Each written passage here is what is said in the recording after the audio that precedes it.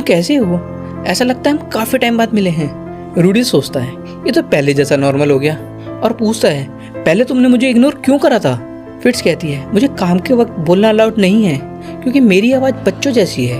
अगर मैं पब्लिक में बोलूँगी, खास तौर पर प्रिंसेस को गार्ड करते टाइम, तो लोग मुझे सीरियसली नहीं लेंगे।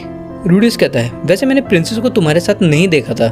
फिट्स कहती है वो पास की दुकान में ही थी और हमारे अलावा और भी गार्ड्स हैं प्रिंसेस के। रूडीस कहता है मुझे माफ़ करना, मैं गलत समय पर तुमसे बात करने आ गया था। फिट्स कहती है कोई बात नहीं और सॉरी तुमसे बात ना करने के लिए।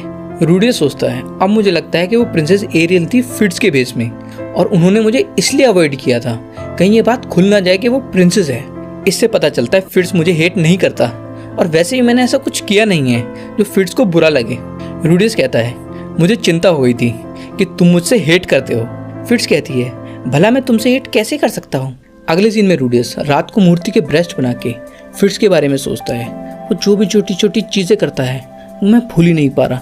जिस तरीके से वो अंगड़ाई लेता है अपना काम खत्म होने के बाद, उसकी महक जब भी वो मेरे पास से गुजरता है, और हाँ उसकी स्माइल, उसकी प्यारी स्माइल जो मैं अपने दिमाग से निकाल ही नहीं पा रहा। अगले दिन फिट्स एरियल और ल्यूक के साथ जा रही होती है और जैसे ही फिट्स से रूडीस की नज़र मिलती है वो शर्मा के चला जाता है और सोचता है इन सब चीज़ों का एक ही मतलब है कि मुझे प्यार हो चुका है और मुझे एक लड़के से प्यार हो चुका है।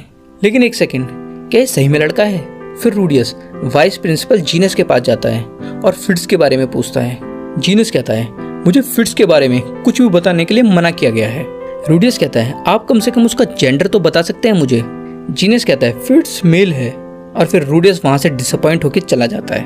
अगले सीन में रूडीस लाइब्रेरी में बैठा होता है और सोचता है मैं क्या करूंगा अगर वो लड़की हुई तो क्या मुझे उसे डेट के लिए पूछना चाहिए, और कहता है काश मैं मार पाऊं। तभी रूडीस के कंधे को कोई टच करता है। रूडीस पलट के देखता है और पीछे फिट्स खड़ी होती है। फिट्स कहती है सॉरी मैंने ठीक से सुना नहीं।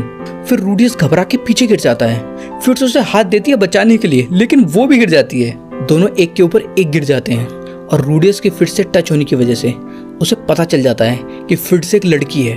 फिट्स जल्दी से उस पर से हटके कहती है आई एम सॉरी। रूडीस कहता है फिट्स तुम सही में एक लड़की हो। फिट्स नर्वस होके कहती है मैं लड़का हूँ कहते हुए भाग जाता है।